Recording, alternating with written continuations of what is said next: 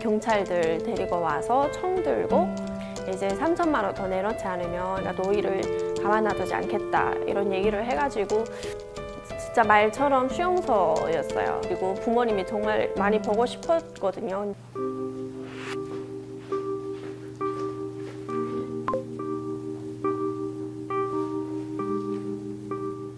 안녕하세요. 저는 2018년에 탈북을 해서 2020년에 한국으로 오게 되었고 지금은 한국에 정착해서 살아가고 있는 지금 2년차 평양에서 온 서아입니다.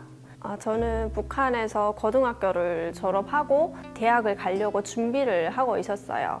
북한에서도 대학을 가려면 돈이 좀 많아야 되거든요. 공부를 잘하고 똑똑해도 그 대학마다 여기는 뭐 몇천 달러 이런 기준이 좀 있었어요.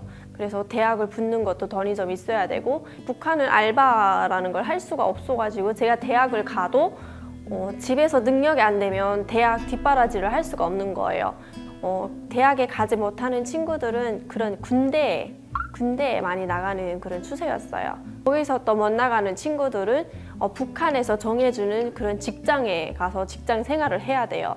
버스에 타서 돈을 받는 그런 버스 운전수, 봉제 공장, 피복 가는데 그런 데 가서 일을 보통 해요. 거기에서 빠져나오기가 사실 정말 힘들어요. 저희 아빠가 캄보디아에 북한 식당이 있는데 한번 나가서 일을 해보지 않겠나는 그런 제안을 해주셔가지고 나가게 되었어요. 부모님이 대학을 가는 것보다 이렇게 캄보디아 쪽에 나가서 내가 하고 싶은 거를 하면서 돈을 벌어오면 더 좋을 것 같다 이렇게 제안을 해주셨을 때 사실 많이 망설였어요.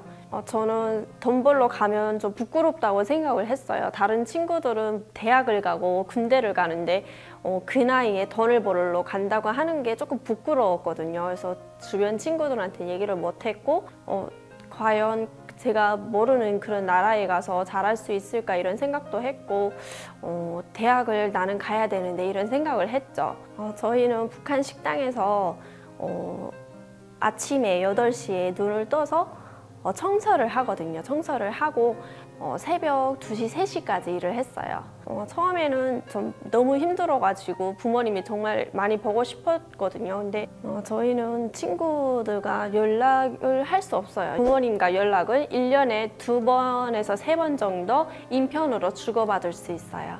저희 식당 사장이 한번 저희 관리하다가 평양에 들어가게 되면 평양에서 부모님 편지를 이렇게 모아서 이거 캄보디아로 가지고 나오고 그렇게 하면 저희가 읽어보고 했어요.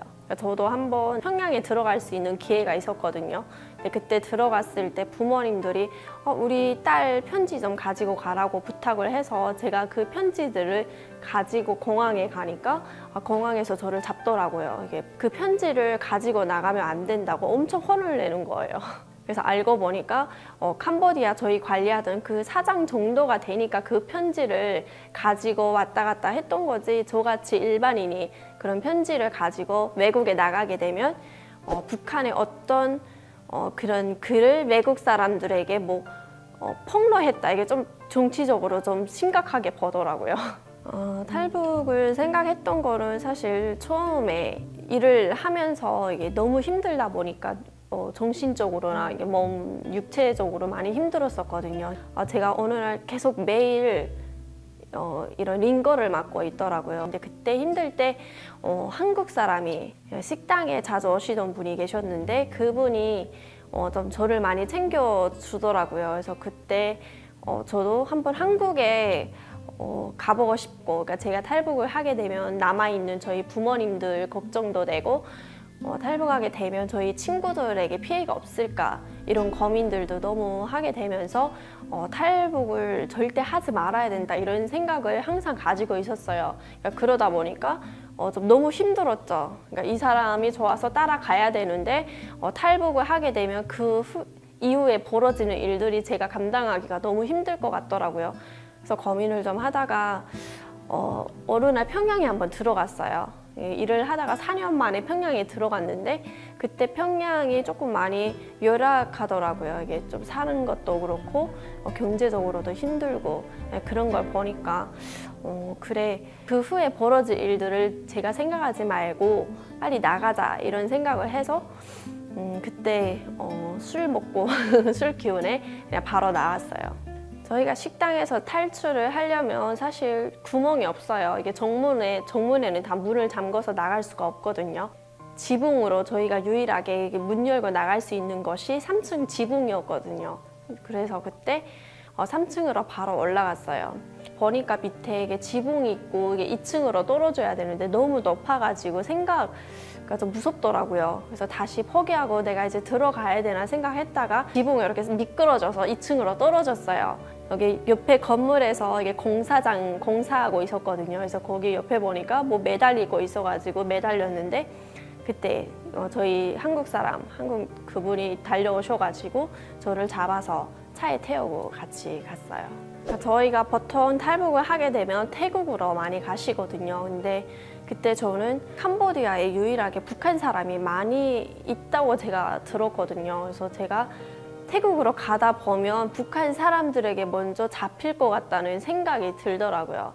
거기서 라오스 쪽으로 향했어요. 라오스에서 저희는 이게 또 한국 사람이 저희를 도와준다고 한국으로 보내준다라고 하길래 그분을 또 믿었어요. 근데 또 저희 그 저희 지금은 신랑분 되시는 그분이 그래 뭐 이 사람 믿고 라오스에서 한번 기다려보자 이렇게 생각을 했고 처음에는 3천만 원만 주면 한국에 보내준다고 해서 3천만 원을 줬거든요. 얼마 지나서 또 5천만 원 요구를 해서 또 믿고 5천만 원 또 주고 그러니까 그런 방식으로 3개월 동안 거의 3억이라는 거액의 돈을 사기당했던 거예요. 그 한국 사람들이 또 현지 경찰들 데리고 와서 총 들고 이제 3천만 원 더 내놓지 않으면 그러니까 너희를 가만 놔두지 않겠다 이런 얘기를 해가지고 3천만 원 더 주고 그때 또 그 다음 날에 조용히 안전하게 태국으로 넘어갔어요. 저희가 그렇게 태국으로 넘어가서 그때도 바로 난민 수용소에 들어가야 되겠다는 생각을 못했어요. 태국에서 이제 그냥 난민 수용소 들어가겠다고 하다 보면 또 그 중간에 누가 납치라도 또 하고 또 위험해질 수 있다 이런 생각에 그렇게 지내던 과정에 그 신랑이 납치를 당할 뻔했어요. 호텔에서 남자들이 와서 막 차에 타라고 가자고 해가지고 그때 막 싸우면서 겨우 빠져서 나왔거든요. 빠져나왔고 두 번째도 이게 납치하려고 이게 사람들이 다 한 4명 정도 또 와가지고 이게 좀 몸 좋은 사람들이 와서 납치하려고 하길래 그때도 막 싸우고 그렇게 하다 보니까 제가 좀 무섭더라고요. 이제는 무서운데 그러다가 이거 큰일 나겠다. 그때 대사관에 연락을 해서 난민 수용소에 들어가서 생활하다가 한국으로 왔어요. 수용소 생활은 진짜 말처럼 수용소였어요. 좀 생각보다 많이 힘들었고 열악한 부분도 있었고 되게 감옥이라고 생각이 되니까 언제 한국에 가겠어 이런 생각도 했고 이거 이러다가 여기서 못 가는 거 아니야? 이런 무서움도 있었고 철창 그 문 닫는 소리들이 너무 놀라가지고 이게 깜짝깜짝 놀라고 그 안에 이게 에어컨이 없어가지고 한 40도 정도 됐었거든요. 그래서 그 더워가지고 좀 너무 힘들었던 것 같아요.